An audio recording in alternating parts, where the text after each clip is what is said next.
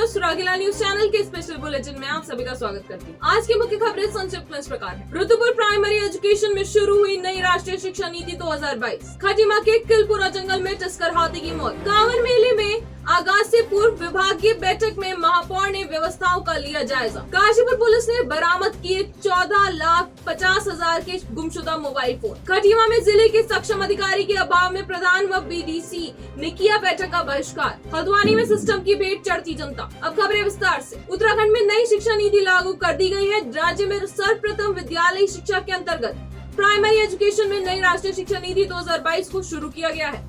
राजकीय प्राथमिक विद्यालय रुद्रपुर के प्रांगण में संचालित बाल वाटिका का उद्घाटन विधायक रुद्रपुर के प्रतिनिधि सुशील यादव द्वारा किया गया।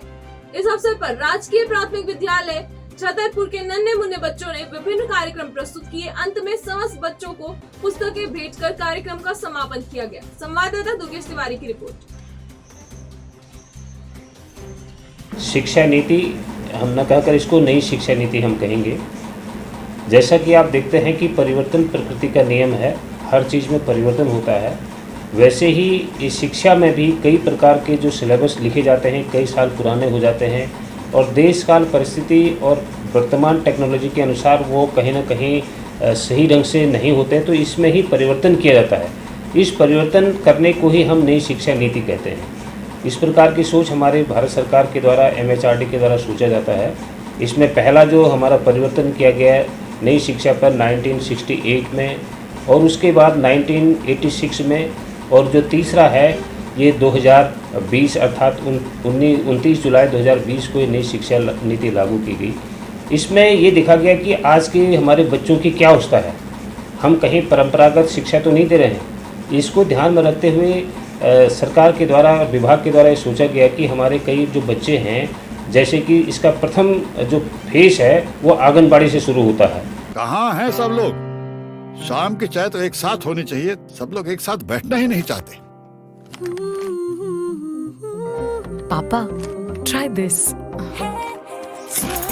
लो, सब लपक ली।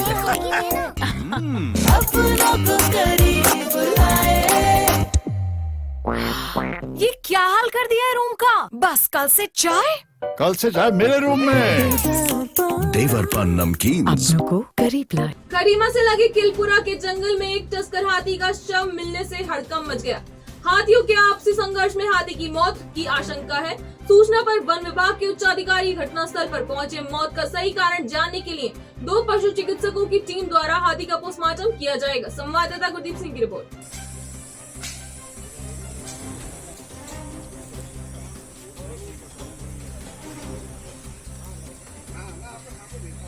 ये आज सुबह सूचना मिली कि किलपुरा रेंज में एक हाथी जो घायल अवस्था में है,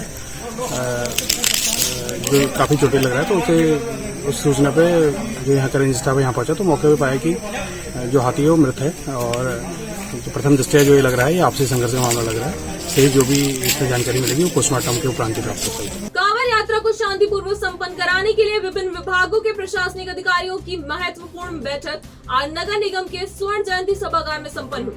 बैठक में प्रशासनिक अधिकारियों ने कांवड़ मार्ग पर लगने वाले शिविरों, पुलिस व्यवस्था, लाइट, पानी आदि की जानकारी दी। बैठक की अध्यक्षता कर रही निगम महापौर ने कहा कि मेले के दौरान तमाम विभागों को आपसी तालमेल के जरिए कमियों को दूर करने का प्रयास करना होगा। बैठक में मुख्य नगर आयुक्त राहुल कुमार गोयल, उप जिला अधिकारी शैलेंद्र नेगी, सहायक नगर आयुक्त बद्री प्रसाद भट्ट, वन क्षेत्राधिकारी ललित मोहन नेगी, कोतवाल रवि सैनी, परिवहन विभाग से मोहित कोठारी, विकास घिल्डियाल सहित तमाम विभागों के अधिकारी मौजूद रहे।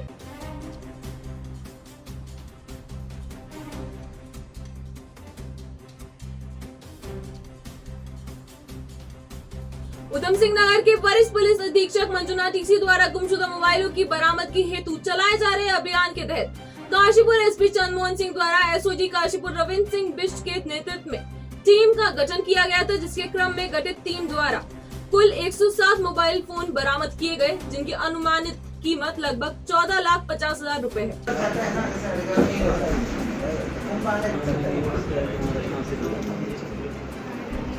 हमारे पुलिस विभाग में स्पेशली एसओजी और थाना पुलिस जो है विभिन्न प्रकार के कार्य करते रहते हैं। साथ में हमेशा एसओजी और स्पेशल टीम जो है जो लोगों के खोए हुए मोबाइल फ़ोन्स को हमेशा लगातार ट्रैक में रखे रहते हैं और उनको सर्विलांस और ट्रैकिंग पे लगाकर जैसे जैसे फ़ोन एक्टिवेट हो जाते हैं या चल जाते हैं तो उनको रिकवर करते रहते हैं।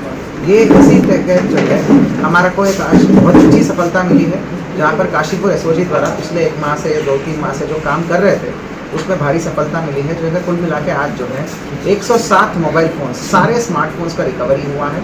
तो हर एक फ़ोन का कीमत जो है लगभग 10,000 से ऊपर का ही है। कुल मिला के सारे 107 स्मार्टफोन्स, जिसमें एक आईफोन भी है 60,000 रुपये का और 2 टैबलेट्स भी है और विभिन्न प्रकार के स्मार्टफोन्स का रिकवरी हुआ है। कुल मिला के 15 लाख का मार्केट वैल्यू है। ये एक दिखाता है कि जो एसओजी है और हमारा पुलिस विभाग है तो हमेशा लोगों के प्रति संवेदनशीलता से ऊपर काम करती है। केवल सनसनी क्राइम को खोजना और उसके वर्कआउट करने के अलावा जो ये इस प्रकार की फ़ोन का रिकवरी करना जो है एक आम आदमी का, एक मध्यम वर्ग के लोगों के ऊपर जो है पुलिस के ऊपर विश्वास को बढ़ाता है।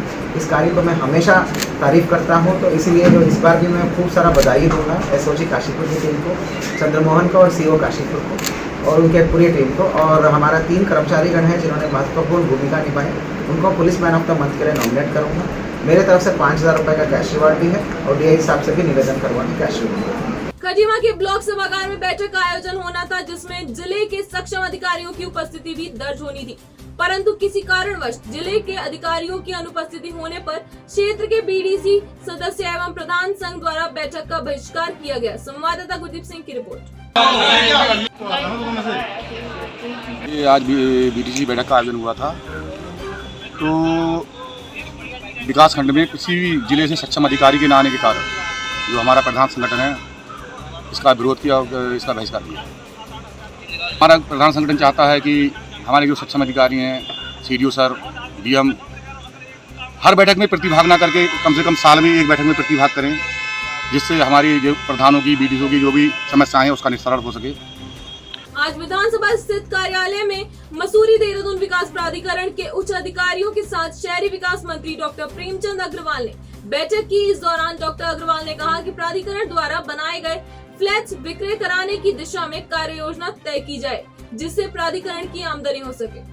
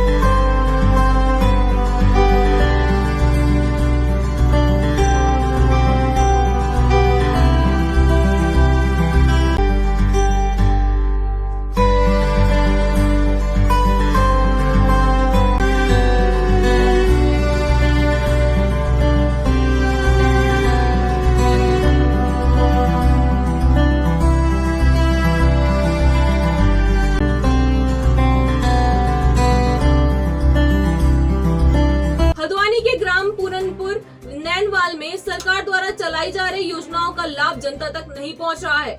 जो भी निर्माण कार्य कराए जा रहे हैं वे भी ठेकेदार और कमीशन की भीड़ चढ़ रहे हैं। पूरनपुर नैनवाल गांव के लोगों ने पिछले दिनों सड़क निर्माण के दौरान धांधली के संगीन आरोप जेई और ठेकेदार पर लगाए थे और जांच की मांग की थी, जिसके बाद विभागीय अधिकारी हरकत में आए और जिलाधिकारी धीराज सिंह अग्रवाल ने सड़क की गुणवत्ता जांच हेतु समिति का गठन किया है। संवाददाता दीपक अधिकारी की रिपोर्ट।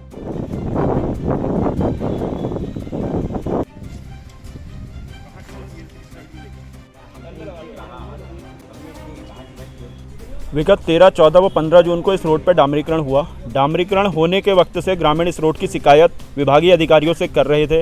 विभागीय अधिकारियों की बिल्कुल नासमझी कह लो या बिल्कुल कान न सुनने की आदत कह लो, क्योंकि 13, 14, 15 जून को जब डामरीकरण हुआ उस समय विभाग का कोई भी अधिकारी यहाँ पर मौके पर देखने तक नहीं आया, जो सबसे बड़ी गलती थी उनकी।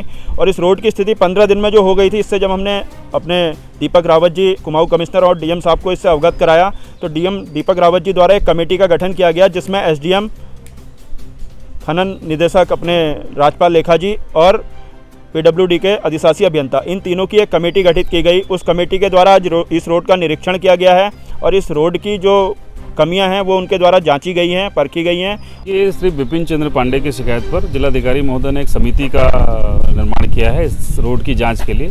समिति में एक्शन PWD, अपर निदेशक खनन और मैं हूं, और आज हम लोगों के द्वारा ये रोड का निरीक्षण किया गया है। प्रथम दृष्टया जो रोड है कई जगह से उखड़ी हुई है और गुणवत्ता इसकी ठीक नहीं दिख रही है, तो इसकी जांच, चूँकि टेक्निकल जांच होनी है, वो एक्शन साहब अपना एस्टिमेट वगैरह ले लिया इन्होंने, इसकी जांच करेंगे और जांच रिपोर्ट हम लोगों के द्वारा DM साहब को भेजी जाएगी। देखिए, अब ये प्रथम दृष्टया जांच करने के लिए यहाँ पर SDM साहब और सहायक निदेशक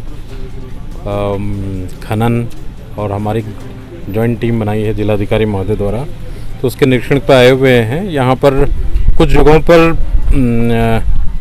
बिटुमिन की लेयर उखड़ी हुई दिख रही है, कुछ विभाग ने मार्किंग भी की हुई है। अब इसको सुधार करने की तो आवश्यकता है।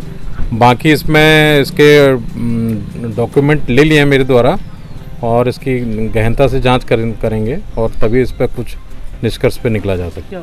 आज के लिए बस इतना ही। उत्तराखंड से जुड़ी सभी खबरों को जानने के लिए जुड़े रहिए सुरागेलाल न्यूज चैनल से। धन्यवाद।